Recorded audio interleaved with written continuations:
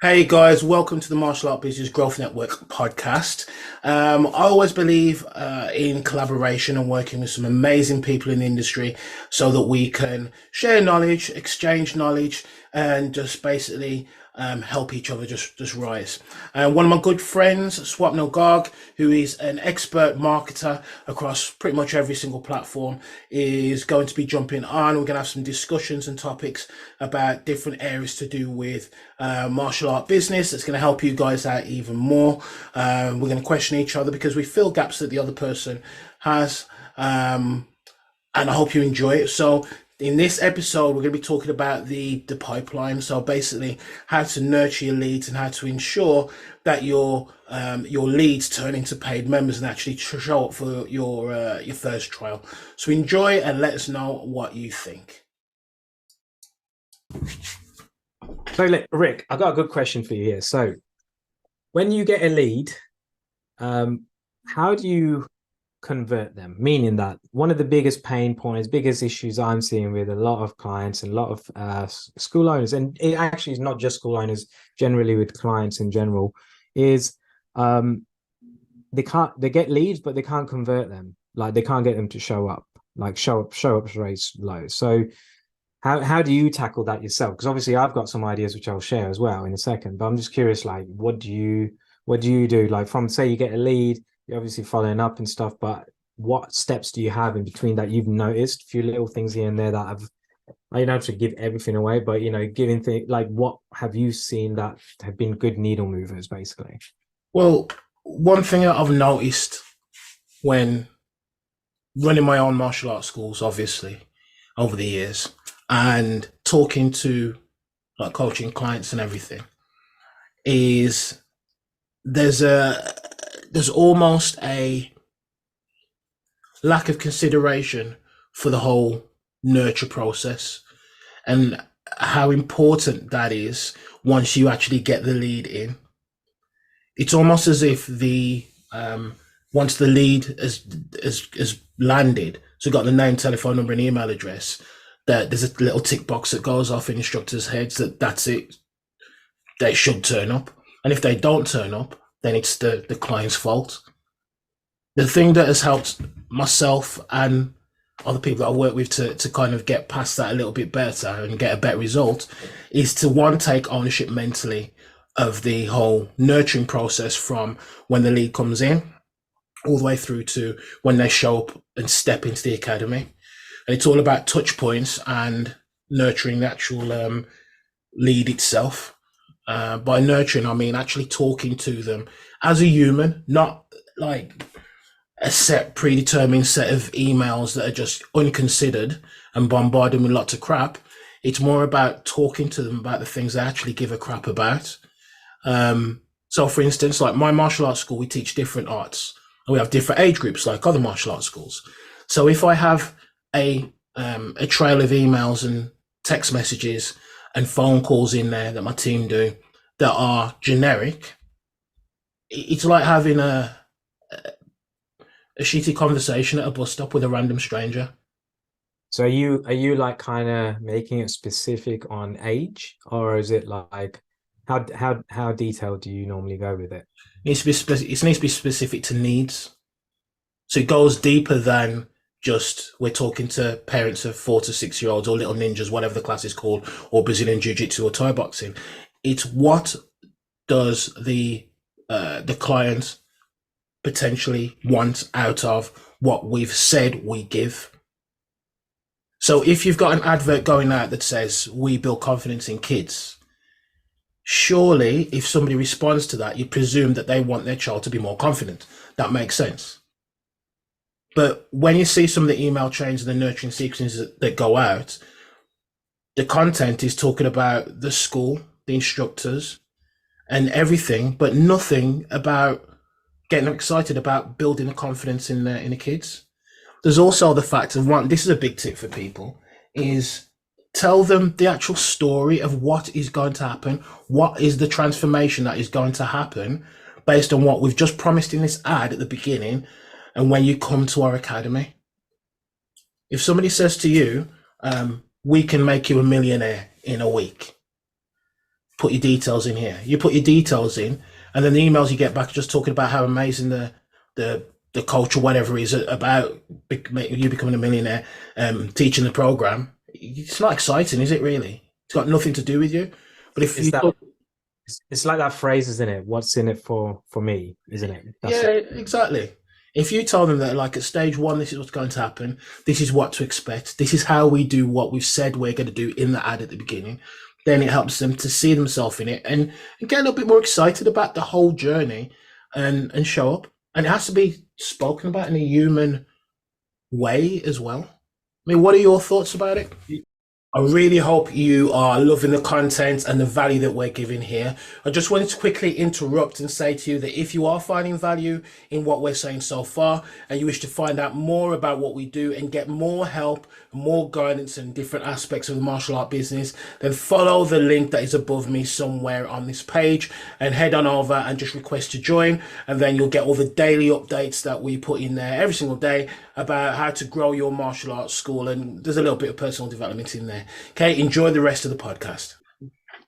Do you have many touch points? I'll share my thoughts in a second, but like, do you how many like this? I think this is quite key for anyone listening, like, because what I've seen is they'll get a lead and then they'll just maybe get response and then maybe they're booked in and that's it, and then they just leave it and expect the person to show up, and then they go show up rates, these leads are crap and all this stuff. So, you know, I think one of the things that I've noticed, and we experience this when we do our own businesses, because I don't think martial artists realize how easy they have it compared to other industries. Yeah.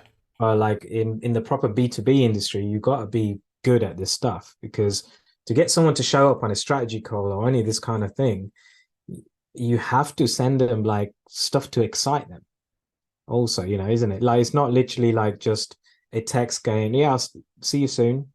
Yeah, And exactly. then you wait for the last day and then just ring them and they don't answer and you go, oh, that's crap. But there needs to be more touch points, like kind of like you just said, talking about specifically what they've come for, very important. Then showing them results of someone that has come in for that reason and what kind of results they've had. If someone watches that or even watches a tiny bit, it's warming them up. Is trying to get a lead to warm up is the biggest thing, isn't it? You need to, if someone can show up to your place and they know exactly what you do, who you are, what you're about, what your system's about, they just need a good class. That's it. Yeah. But I think majority of people generally are getting a lead in. They might interact with them, maybe one email here, there. The email, like you said, is literally about them, about the instructor. And it's just they're reading and like, okay, all right, I might show up then. But if it's something like, hey, this is exactly what your child's going to experience. This is, hey, check these results out. This is what's happens, and this is the exact steps in the first class. People need to be shown like a path as to what's going to happen, isn't it? Right? It's just like in sales, isn't it? You need to show them what the path is before they buy. So yeah. Definitely. It's like I said, I think the most powerful thing is showing them what's going to happen, how it's going to happen, and how it's helped other people, like you said. And showing case studies is a powerful thing. Within my own business, we're actually going through a process of actually getting our testimonials together and trying to categorize them based on the most common pain points that people speak about when we go through the booking in process. And our thought process is, with our CRM, we'll be able to tag not just for the class they're booked in, but tag it and link them to the pain points as well, which will set off a different set of automations. So the touch points will be based upon the numbers of pains and stuff in the conversations, instead of saying it's got to be 8 touch points or 10 touch points. I think it should be determined by the conversation, the initial conversation that we have with the individual. That's my thought process anyway. So because we can tailor it as much, the more we can tailor it to somebody, the more it's going to actually talk to them, the more chance they're going to have to actually turn up because it's compelling. But then also the other thing is, they're interested in classes, they're interested in solving a pain point. How often do people actually present an offer beforehand? Yeah. Well, never really, do they? I don't think they ever do. And I think that's something that's quite powerful. Now, I'm not saying you're going to say, "Oh, my classes are £69 a month for twice a week," because that's going to potentially put people off that are like 69 and they compare it to other things before they even see how amazing your school is. However, if you don't let them know that, by the way, if you did decide to um, try to take the next step with us after your trial, free trial or whatever, we have some amazing offers where your son or daughter will get a free uniform and I don't know, get teamed up with a buddy to mentor them for the first month. Something to make the parent go, "Oh, that's cool," because that little tiny little bit of, "Oh, that's cool, that's good," could be the differentiation between that child coming to your martial arts school or going to gymnastics or not coming at all because mum's tired or dad's tired. It has to be something there that's going to make them think, "Oh, yeah, cool. That's worth it. I don't have to worry about that. Never even thought about that." Just like that little noise, Bing, that little ping's go in their mind. That's good time. Yeah. But, So no, you're right. what do you reckon about the offer thing? Because that's I said it to other people before, and they're like, "Oh, I'm not sure." I think, yeah, I think putting the offer, like with what I did with my ads and stuff, generally, we used to always put the offer right at the start anyway, near enough. And that did work really well for quite a long time. Nowadays, I think with the economic climate and all this stuff, it's having a big impact just because how the media is putting it out. But it's just I think people need to try you out before they even, the people have money. That's the biggest thing. People are thinking, oh, they everyone's skint, but they're not. It's like they're more restrictive in the sense of they're cautious what they're spending it on. So putting that really big, letting them know exactly the price. I know some people send them the price list and everything right at the start. And I don't think that's the best way because it literally is putting them off without, if someone doesn't come and experience you, no matter how good you are, they will never know. You might be the best school in the world, for example. Mm. But if you don't show that in your showcase in your marketing and you say that you put that to the side and you literally is from just that contact point and then you're just saying, here's my price, it's going to put them off. But you're right. I think having something like a hint towards like, hey, we have special offers. We even have some that are 50% off offers and stuff like that. It gets them excited. Is that thing in marketing that we always do, is a curiosity, making them curious of it is probably the best way because that is what's going to get them to show up as well. Yeah. So I think that would help a lot. But I don't see hardly anyone do it really. No. I mean, I think, like I said, the fear of presenting the offer to give away too much, so to speak, is definitely there in the industry. However, you just got to be a little bit cleverer about the way you word it. Now, we spoke about case studies and testimonials. I don't know why people are thinking along the lines of, in a case study, talk about Sally is a 6-year-old child that started with us 2 years ago and had lots of issues with anxiety, confidence, making friends, blah, blah, blah. We spoke to our mom, to Sally's mom about this, and here's what she had to say. And then in that little clip, a video or whatever, or the script that you put out, Sally's mom could say, yeah, we started and it was an amazing offer to get started. It only cost us like £10 to join and we got a uniform, we got a pair of gloves, we got this, we got a speedboat, we got a holiday in Barbados. And then now what we're doing is we couldn't do without the place. So confidence has gone through the roof and blah, blah. And then talking about the child's journey. So it's just seeding it. Because if you notice that if the business owner says, this is how much it costs, regardless of how much it costs, there's still that kind of, oh, is that a bargain or not? But if another person, like the client or the potential student, says the cost, it's taken on board differently. Does that make sense? Yeah. Yeah. And it's that thing of seeing somebody like yourself that you can resonate with, that you feel understands your world, like a mom to a mom. And both these moms have got four-year-old children with confidence issues. It's just that this one has sorted it out by coming to martial arts. If they're willing to pay £20, then it's got to be worth it.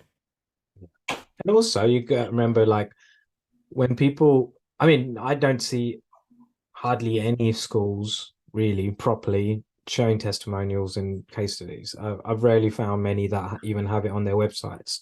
So, but the thing is that they forget is that sometimes a parent might see one of their mates on there, and then that's a straight up where it's like literally, oh, my kids are going there, so I might as well go there. It's just, but if you don't show that, how do they know? So having them elements in also in the follow up and like getting people excited, really, really important. But here's a question for you. So between a lead confirming that they're booked in for a trial, how many touch points do you generally have from there to them showing up? So this could be all the stuff we chatted about, but roughly how many do you have? Because most probably only have one. All right. The issue that we have is if you have a system where you allow somebody to book in 3 weeks' time, 4 weeks' time, then you better have a damn good nurturing sequence and a lot of touch points on that journey to excite them for them to turn up, because every second that goes by that they've done everything they need to do and the next part is just turning up, it's hit and miss whether they're going to turn up or not. Depends what happens in life. So it does depend on how far ahead you allow people to book in. We do not allow people to book in further than 7 days. If we can get somebody, if we call somebody today, we try and get them in tonight. Strike while the iron's hot. And because if we try and do that and they're going to come in tonight, then they'll get one. And it'll just be all the information that they need because there's not enough time to do it. But if it's 3, 4 days, 5 days, then there's nothing wrong with an email every day or a touch point every day, I don't think. No, you're right. I mean, the quicker you get them in, I mean, if someone says they want to book in like 2-3 weeks later, I would say probably not even take them on, because it's very unlikely that they'll come through. Yeah. You might as well replace them with someone that is more motivated, I suppose. Mm-hmm. But yeah, just I think a big fear factor for a lot of people generally is I'm messaging them too much, I'm emailing them too much. I don't think there is too much, really. It's just as long as it's not like a spammy way of saying, just the same thing again and again and again, then of course that's just going to be weird. But as you just said, like having these touch points and making it very bespoke if you can about the pain points, it's going to convert at a much, much higher rate. What would you say is like a good show up rate, like in percentage wise?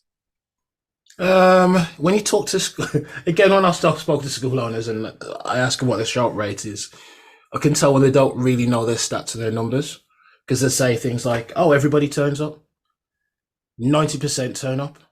I'm like, wow, 90% of people that you book in turn up.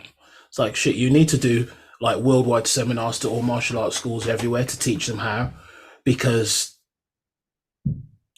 that's not the norm. It really isn't. I think a 60% show up rate is good. I think it's a decent number to expect. And if it's dropping below 40%, then that's when you really do need to look at your systems. It's going to change for so many different reasons, but also how many people are tracking the show up rate for the rebook? How many people are actually tracking when the follow up if somebody just doesn't turn up, and how long are they leaving it before they do follow up? Yeah, that's key. That's key. I think that bit you just touched upon, where they might say my show up rate is 50% is probably like average-ish, I would say. But then the 50% that don't show up, they might rebook them for the week later, but then they forget to add that in as a show up. As a stat. So it kind of really, really messes with the numbers. And I do listen for that when I talk to people. But that's so important. I mean, like with what's your experience with people following up the no-shows? Do people do it? No, yeah. No. No, jeez. Majority don't. Like, I mean, even I'll put my hands up right early at the start of when I was doing things myself and my own things. I didn't really have any no shows, or people that don't come on sales calls and all this stuff. I don't even have that much as what I should, but I know that ever since I implemented a few more things and putting them into a different nurture list so that they get nurtured and stuff, that has made a big impact. So, but with schools, they generally don't. I think they're always after new leads anyway. They don't really think about the ones that have come through. It's wrong. That's the lowest hanging fruit, really. Yeah, the wrong mindset. You've done all the work to get the lead in the first place. That's an asset. A lead is an asset. So once you get that telephone number, email address, and the name, you should talk to that person over and over and over again until they either become a member or they tell you to F off. Yeah, no, That's what nurturing a lead is. That's money. I think people need to. That's why I love my CRM, because it's got the pipeline is got a monetary value on it. So I could see how much is in each part of the pipeline. So when you look in and you see like, I don't know, 60, 70 grand worth of like leads in the first part, I'm like, why the hell is that money not over here? You've got to get it working. It's powerful. But we contact leads 15 minutes after they're supposed to turn up. No shows. Why? Because they've booked in for an appointment. This isn't a joke, is it? It's all money, it's all time, energy, and effort.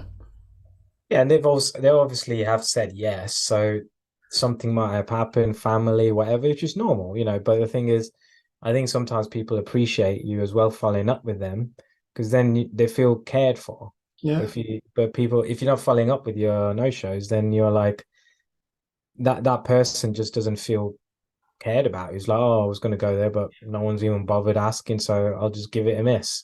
So true. That's that saying, isn't there? I think Dave Colvar says it. People don't care how much you know until they know how much you care. And it is so true. The things that we do now within my schools and stuff, and some of the things that my clients are doing, to be fair, some of them are better than me at it. I'll literally going above and beyond, sending flowers out to members that are ill, or going through tough times and stuff like that. Ask me that 15 years ago if I'd do that, I'd be like, we're a kickboxing club, mate. Why am I going to send flowers out? I was like, I haven't got time for that crap. Literally, that would have been my mindset then. But now it's completely different. You have to, we're in a people-to-people business. Dealing with humans. You got to be likable, and you need to be human, really. Exactly. Show empathy. I've got kids. I know what it's like. The amount of times that my wife has booked my little one in, he's 7 now, almost 8, for swimming lessons, right? Over the years, we've booked him in quite a few times. You know how many times Joanne, my wife, hasn't shown up? It's nothing to do with the nurturing campaign or anything like that. Not that swimming schools have any nurturing campaigns. They're terrible. However, but it's more to do with the fact that shit happens. Yeah. Or traffic. Or my son having a tantrum because he's stuck in a car. There's so many things that could happen. And if you can accommodate that and show that you, first of all, understand their needs, understand their world, and it's not a problem, it makes it more comfortable for them to take that step into your academy. No, I think a lot of this stuff kind of goes a little bit towards retention as well, because it's the same thing. It is. But yeah, no, I think we touched on some really big points, man. I think if people just implemented these things itself, they'll see a big difference, massive difference. Yeah. I mean, it's just going to go into I know we're going to talk about these things in kind of future episodes and stuff, but it goes down to the language that we use, the tonality that we use, how we do the phone calls, what happens when they actually show up, the kind of language. This is what you're really amazing at, is the kind of language used and sentence structure used in the copy originally, because of the target audience that's receiving the actual ad. All of these things, it's so important. We're going to talk about those in future episodes, I feel. Yeah, no, I think you're right. I mean, all that NLP and all that stuff is important. You know, like tonality is huge. I'd never looked into tonality too much, but as I started learning sales and all this stuff, and I was like, wow, you can actually make such a big difference with just the way you speak, you know, kind of thing. You're just increasing your pitch and all this stuff. Is like, it's mental, isn't it, really? But it's what people need to do, but it's effort as well. People don't like putting that much effort in. Oh yeah, that's the thing. I think having a successful business is not easy. However, it's worth it if you will put the work in, because the rewards, and I'm not just talking about financial rewards, talking about all the rewards and everything, and the feedback you get is worth its weight in gold. But you have to put, it's like anything, you get out what you put in. You have to put proper work in to get out decent results. I mean, like they say, don't they? Like 90% of businesses fail after 5 years, basically. I mean, I think it's less than that actually, but it's just it's crazy, isn't it? But I think looking back when my first business, a while back now, it's very different back then because there were no communities, there were no masterminds, coaches, or anything like this. I think people forget that they should surround themselves with where they can learn stuff. I mean, obviously, with us chatting like this is sharing a lot for people, but show up rates and all this stuff is actually good to go and experience these other masterminds and all these other things because you will see how they do it. And that's how I've learned a lot. It's like bringing, and I'll be like, wow, they've done that. They've done that sequence, and they've shared this, and that got me to show up. I think the martial arts industry and like quite a few other industries, well, quite a lot of industries, they just put themselves in a bubble, and they just start copying each other. Yeah. But I think sometimes it's really important to go and experience like these other coaches, masterminds, all these other things, where because they have to, like, it's cutthroat industry really, so they have to like make all this show up thing work. It costs them a lot more money, doesn't it? So yeah, I think with people implementing all these things, I think it should definitely make a huge difference. If they do, this is going to make a massive. We've given a lot here. I do think we've given a lot of value, a lot of tips and stuff. If somebody just implements 50% of what we said, like properly, they'll notice a significant change and improvements in their show up rate and the quality of people coming in. I feel because of the law of reciprocation, we're giving so much of ourselves so that people will come in with the feeling of, yeah, I like these people. They've gone to a great lengths, which means they're more likely to spend. It's easy to close them. And I think it's for the people that are listening to this, I think don't try implementing everything we've just said because you won't do it. Your procrastination will kick in. You'll go, oh, I can't be bothered. I think just pick 2 things, do it, come back, re-listen, and implement the next 2 things, or just 1 thing at least. So you'll get much more success doing it that way than trying to do it all in once. 100%. It gives you a little bit more focus, and obviously they can reach out to us if they want any more detail about anything that we've said. Both quite open. Cool. So until next time, guys, whenever we have these awesome topics, I'm sure every time. So the actionable stuff. We'll catch you then. Cool. Awesome. Take care, guys. See you soon.